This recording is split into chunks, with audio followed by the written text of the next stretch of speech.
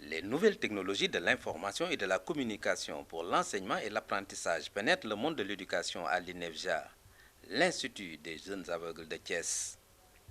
L'OIF, l'Organisation internationale de la francophonie, a financé le projet. Il est coordonné par le laboratoire de traitement de l'information de l'École supérieure polytechnique de l'Université Cheikh Anta Diop de Dakar. C'est pour faciliter l'accessibilité à l'information pour les personnes vivant avec un handicap visuel. Nous sommes contraints à une gestion du projet axée sur les résultats. Donc, à ce propos, je récite donc les 3 objectifs. Équiper, former, mais surtout insérer dans les jeunes. Cet atelier boucle une série de 3 sessions de formation destinées aux enseignants de l'INEFJA. Au total, 36 éducateurs spécialisés, voyants et aveugles confondus, en ont bénéficié. Cette formation se place dans le cadre de renforcement de capacité des formateurs de l'Institut national des jeunes aveugles de Thiès en outils Internet et éventuellement et bureautique, qui leur permet de mieux travailler, d'optimiser un peu ce qu'ils font en fait en termes de travail. Une formation qui vient à son heure parce que la demande est un peu pressante au niveau de nos élèves. Ils veulent vraiment apprendre à partir de l'Internet, à partir des ordinateurs. Il fallait d'abord, nous qui sommes enseignants, que nous soyons d'abord formés pour qu'on puisse après transférer ce que nous avons appris. Et donc voilà, cette formation est une réponse à vraiment à nos attentes. C'est une formation vraiment qui vient à point nommé, à l'heure. L'enseignement et l'apprentissage avec les outils TIC ne sont pas nouveaux au Sénégal, mais ici, l'originalité réside dans le fait qu'ils s'appliquent à des non-voyants. La présence de cet homme en qualité de formateur à cet atelier n'est pas un hasard. Il nous a donc encouragés en réalité à ne pas exclure une fois de plus les aveugles par l'utilisation de claviers spécifiques. Donc l'idée, c'est que les aveugles utilisent un clavier normal et puissent donc, avec des techniques très anciennes de sténo, dactylo, puissent donc interagir directement avec un clavier normal. La motivation d'avoir tenu cette formation, sans doute le combat du préjugé, principalement, le combat du préjugé, casser les idées préconçues. Les aveugles en sont...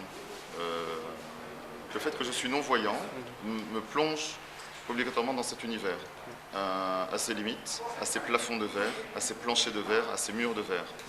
Le fait que je sois aveugle me met également en contact des techniques, des technologies qui permettent l'intégration. J'ai la chance d'occuper un emploi salarié au même titre que mes pairs, d'avoir des responsabilités au même titre que mes pairs dans une autre vie.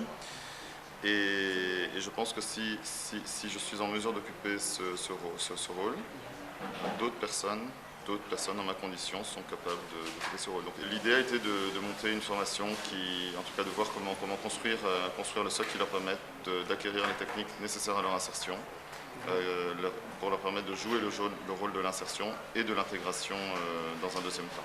Des enseignants aveugles qui développent déjà des capacités d'autonomie pour l'accès à l'Internet et qui déjà projettent d'adopter de nouvelles approches pédagogiques dans leur enseignement.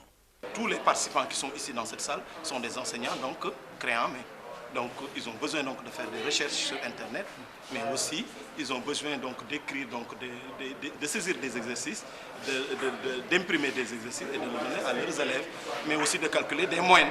Avant cette formation-là, j'avais une boîte mail, mais pour aller dans cette boîte-là, j'ai besoin donc de l'aide d'une autre personne. Mais actuellement, je peux aller donc allumer la machine, donc aller donc dans ma boîte, naviguer, lire mes messages. Tout ce que nous faisons, c'est pour l'appliquer à nos élèves, puisque nous sommes dans une structure qui est différente des autres.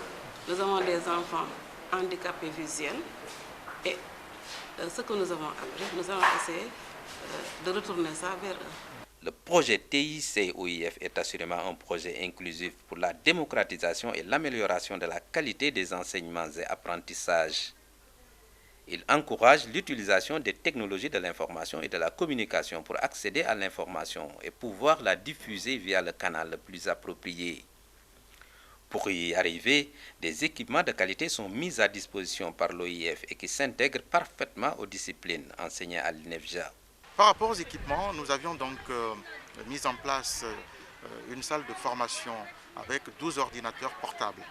Il est tout à fait normal que dans un futur proche, chaque acteur de cet établissement puisse avoir aussi donc, son ordinateur portable.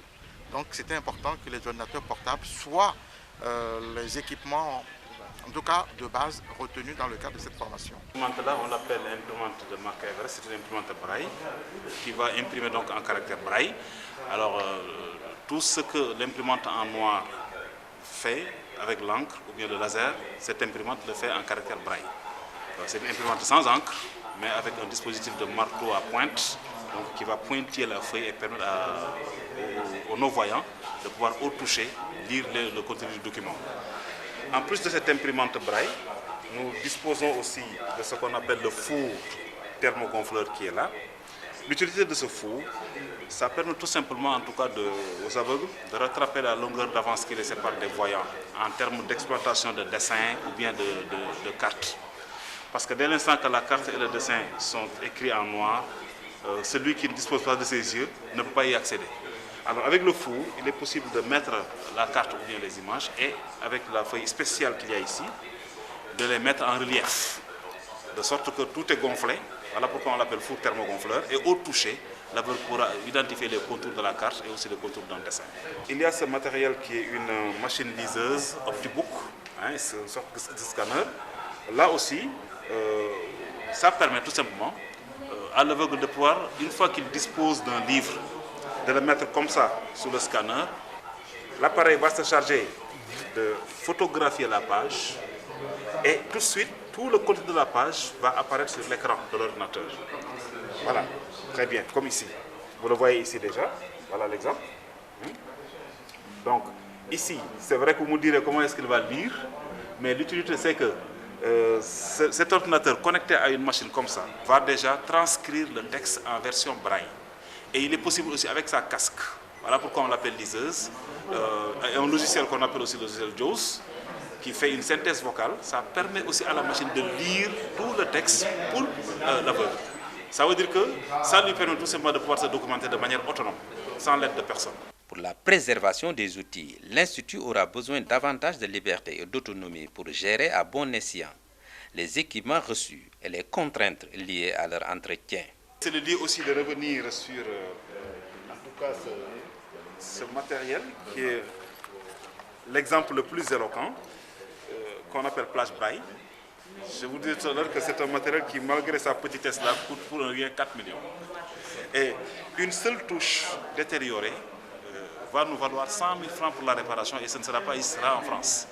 Nous avons d'abord prendre des dispositions, prendre nos précautions pour que, en tout cas, l'utilisation qu'on va faire soit une utilisation, en tout cas, entourée de précautions. Donc nous pensons même installer ici un petit robinet pour le lavage des mains, parce que c'est très sensible à la poussière. Mais il s'y ajoute aussi que toujours avec l'appui de l'OIF, nous avons 2 responsables de la salle informatique qui sont là, qui sont des maintenanciers, en l'occurrence Mme Ba et M. Yak, dont on va renforcer encore la capacité pour qu'ils nous aident à la maintenance de ce matériel. L'éducation est une compétence transférée aux collectivités locales. L'INEFJA aura besoin du soutien en bonne et qualité selon un flux constant et régulier des autorités locales pour tendre vers la performance. Je rendrai compte fidèlement au président, au nouveau président du conseil régional. Mais moi, personnellement, je dis que je suis extrêmement impressionné par le projet. Et avec l'appui des pouvoirs décentralisés et tout, et avec discrimination positive, il faudrait absolument que l'insertion se fasse. L'employabilité s'est élargie maintenant, parce que les compétences sont élargies. Je peux vous garantir que je me ferai votre porte-parole au niveau des autorités. Je demanderai peut-être à leur nom à ce que le matériel soit bien entretenu, parce que nous traversons une crise. Donc c'est le lieu de remercier l'OIF, franchement, et d'être fier de leur coopération. Développer la capacité d'apprendre des personnes vivant avec un handicap visuel. Tel est le défi que tente de relever le projet TIC-OIF dans cette ère de la globalisation des relations. Les formations déroulées ici à l'INEFJA au bénéfice exclusif des enseignants lèvent les freins au changement des pratiques pédagogiques anciennes. L'implication de tous les acteurs, aveugles et voyants, offre sans nul doute des opportunités réelles de mise à l'échelle des résultats de la formation, mais également d'insertion socio-économique des bénéficiaires.